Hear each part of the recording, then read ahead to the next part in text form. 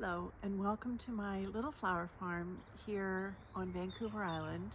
I'm Lise-Lotte and I have a seed, literally a seed of an idea. And usually I have just lots of seeds. This is sweet pea seed and I've been planting lots of those. I'm actually kind of known for sweet peas around here. In fact, I did a pop-up recently and I met somebody there and they said, "Oh, I know where you live. Sweet peas, right?" And I'm like, "Yeah, that's right, sweet peas." So I love sweet peas. We've added some extra rows here for this summer. And I have a project that I'm really looking forward to do actually with sweet peas, which is, excuse me, several years ago, when I was just getting started really in the flower business, there was a lovely customer who's now become a friend, a treasured friend actually. And she would arrange to pick up a little sweet pea bouquet in a little jam jar size for her mom. And her mom was living at that time, she's passed now, and she was living in a hospital further down the road. And with other people who had also lost their memory and most of them their capacity to speak.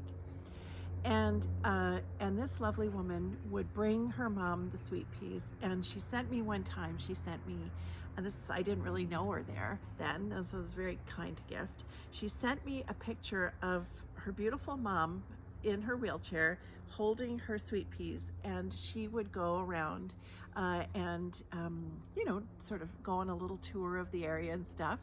And so what this woman told me was she had seen for her own eyes the connection between scent and memory, and in this case language.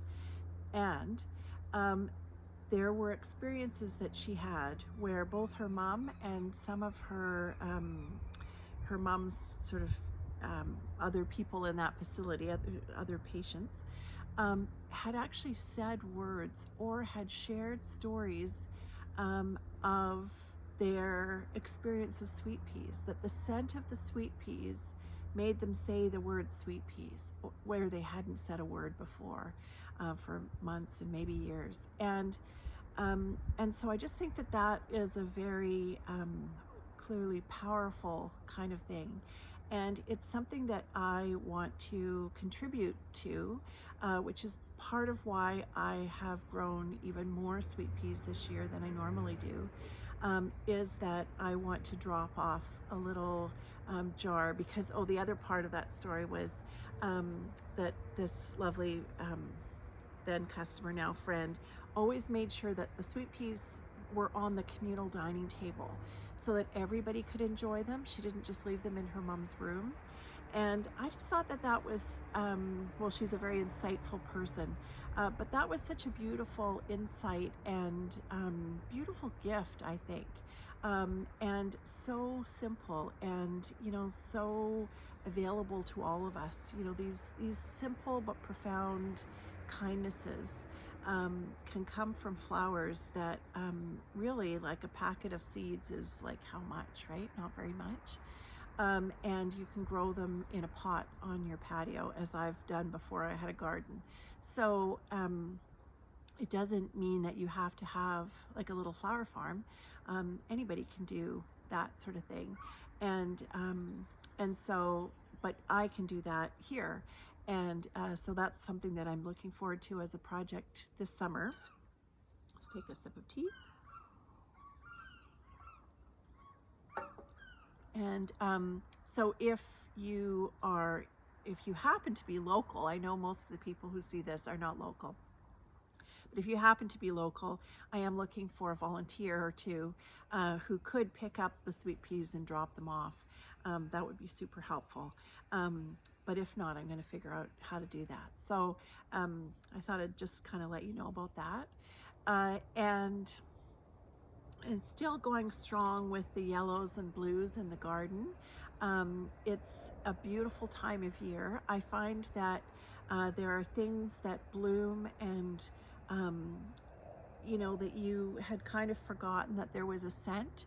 I bought a pack of like a 6-pack of lettuce to put in our little veggie area, but I haven't planted it out yet.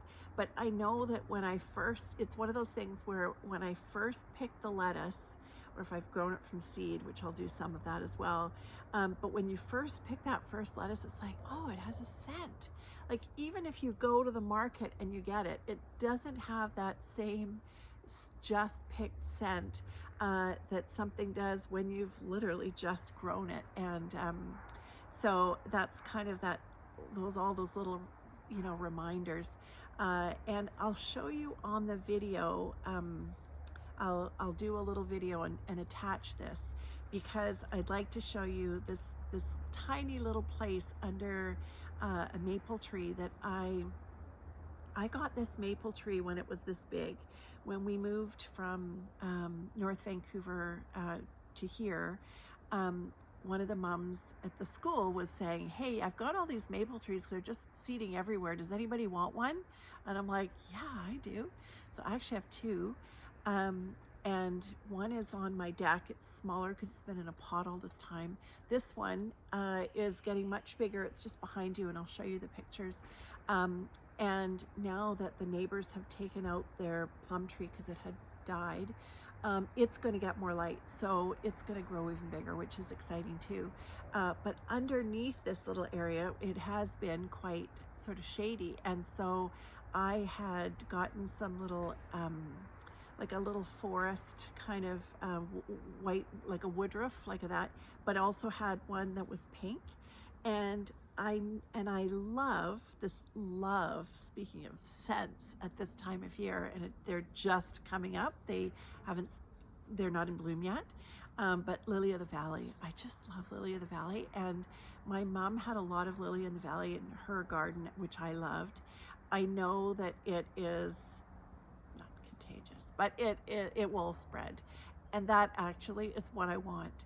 I know for some people that's not what they want, but for me, bring it on.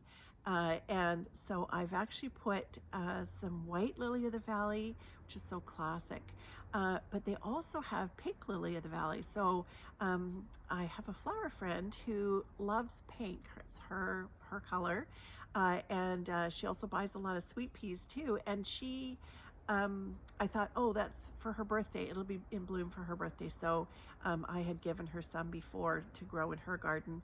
And I have to find out if it's actually, if it's taken, because if it has taken, meaning that it's growing well, because if it has, I don't need to give her any. But if mine come up, then I can give her some for her birthday. So yeah, that's kind of where we are today, and I will share a little bit more about the sweet pea situation, and kind of where we're going with things. And I'll see you next time. I wish you peace on your path.